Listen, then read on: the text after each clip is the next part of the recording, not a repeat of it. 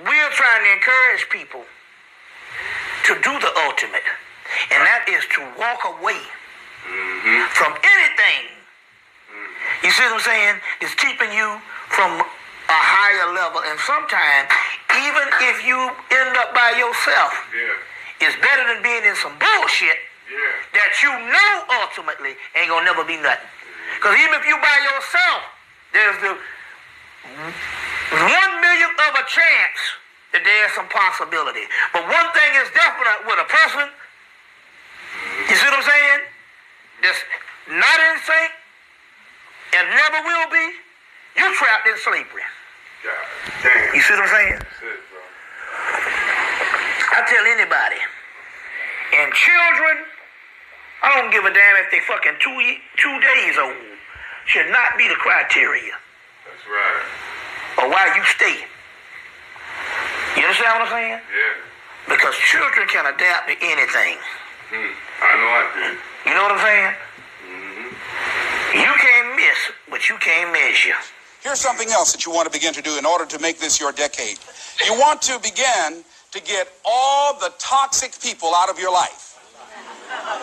Hello? Energy drainers, get them out of your life.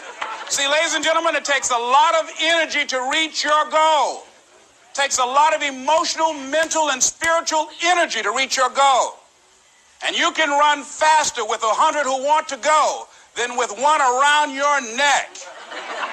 So there are two kinds of relationships. Sid Simon talks about this. Nourishing relationships and toxic relationships. Nourishing relationships are the relationships that inspire you. They motivate you. They bring the best out of you.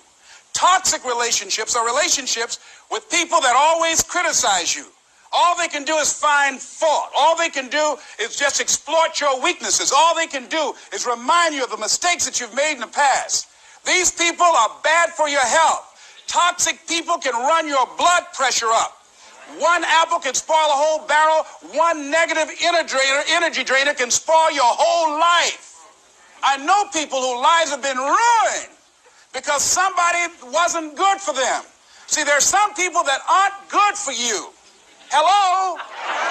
They aren't good for you. You've got to get them out of your life. See, a lot of people put up with a lot of foolishness because they don't want to die by themselves.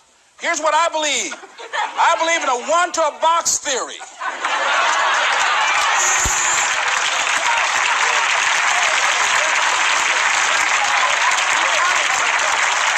Ask this question of yourself.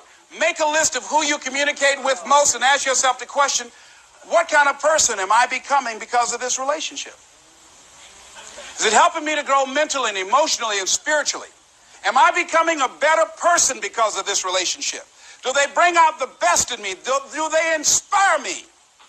Do they encourage me to develop my greatness? Do they make me stretch? So you got to look at the people in your life and find out what kind of person are you becoming because of that relationship. My mother used to say, birds of a feather flock together.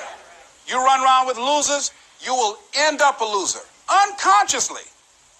Unconsciously, you will pick up their ways, you'll pick up their habits, you'll pick up, most importantly, their attitude about life. If you're around cynical, negative people all the time, you will become cynical and negative.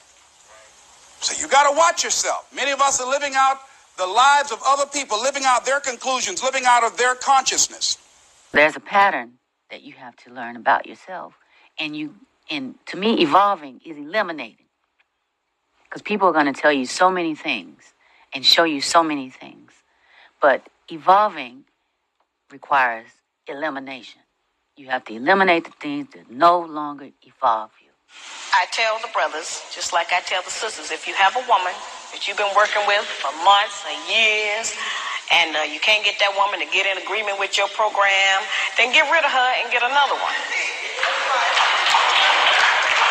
And I tell the sisters the same thing. If you're with a man you can't agree with, don't make his life miserable. Get with a man you can agree with. But we spend too much time living in hell with each other. We spend too much time tearing each other down, trying to make the other person do different or function different. If you want somebody to change, first change yourself. We set the example. We are the teacher. We are the mother. We set the example. Many of us choose an active living death. Many of us are walking dead. The walking dead. That we're not doing what we want to do. Many of us stay in relationships where we're dying together rather than growing and expanding and living together. We're miserable, but because we don't have the courage to see ourselves beyond that relationship that has turned toxic, we go through life living dead people. And then you can always tell couples that have been together for a little while.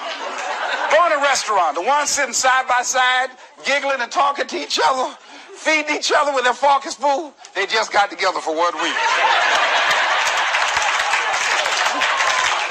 You see them in the car, they're sitting all up each other, hugging and slugging. Oh, they've been together about 3 days, all right? But if you see people in the restaurant, see a couple, and they're sitting in front of each other.